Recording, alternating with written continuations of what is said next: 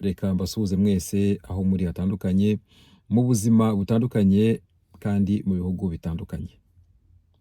Uyu munsi ni ku isabato, reka nifurize abadivantiste bose umunsi mwiza w'isabato, isabato nziza, umunsi w'umunezero kuri mwese.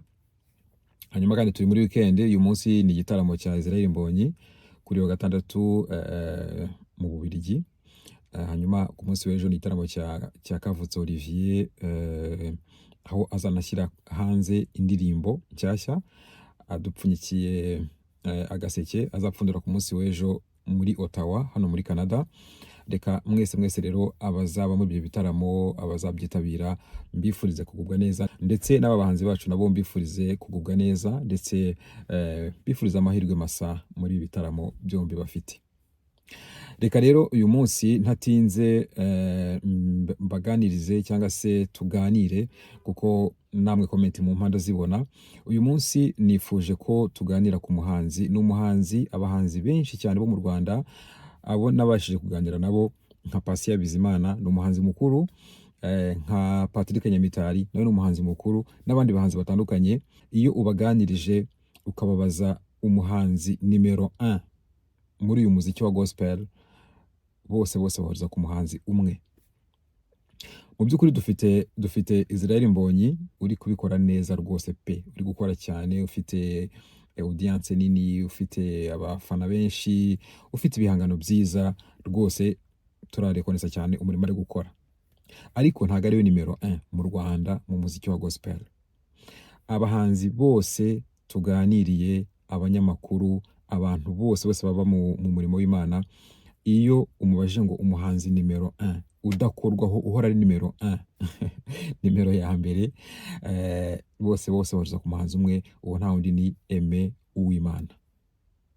Aime Uwimana ni umuhanzi Imana yasize amavuta akiri mutoya, akiri umujene. Mperutse kumva ubuhamya bwe, ubuhamya yatanze kuri Women Foundation, niba nibuka neza, avuga uburyo yakuze i Burundi, uko baje mu Rwanda. N'icyo kiganiro mwacyumva, mwagishaka mukakibona.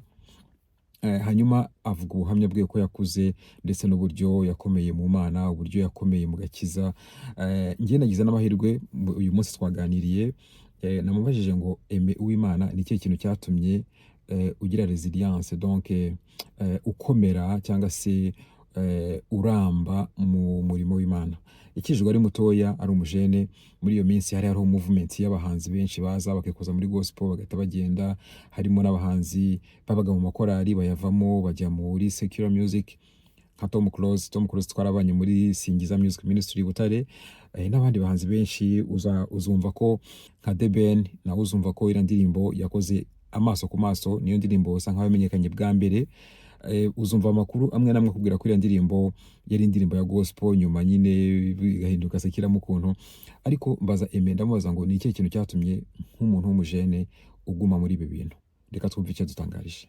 Ku bijyanye n'icyamfashije, ni byinshi, navuga ko ari byinshi, ariko icyo navuga kimwe yenda no kumenya ko ari umuhamagaro. Buriya kugira impano ni kimwe, hari umuntu ushobora kugira impano akumva ko yayikoresha uko ashatse, aho ashatse, igihe ashakiye, n'abo ashatse, ukumva nyine ni.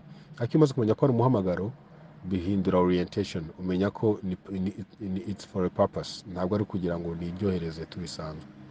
Tumenya ko hari umugambi, hari impamvu, hari icyo Imana ishaka binyuze muri iyo mpano yaguhaye. Icyo gihe rero nanone bikongera bigafasha bitewe n'ukuntu, kuko abantu bakora mu buryo butandukanye, ariko imyumvire niyo idushoboza gukora ibyo dukora. So numva nagarukira kuri icyo. Ni byinshi, ariko iyo umaze kumenya umuhamagaro wawe, iyo umaze kumenya ko ari umuhamagaro n'uwaguhamagaye, no kumenya ko nyine iyo umuntu aguhaye igitego cy'inshingano ugomba kuyikoresha nyine nk'uko bikwiye, uko abyumva n'uko abishaka, bisaba nyine ko mukomeza no gukomeza kuba igitego cye, ukomeza kugendera ku muyoboro we, ku murongo we. So mu magambo make numva ntavuze byinshi, navuga ko kumenya umuhamagaro birafasha. Kumenya ko ari umuhamagaro, it's not just ikintu cyo kwishimisha, nubwo biryoha, ariko it's not just about that, ni umuhamagaro. Bless you my brother. Yes, arakoze rero Aime Uwimana, arakoze cyane, yakoze ku mwanya yafashe kaduha kino kiganiro.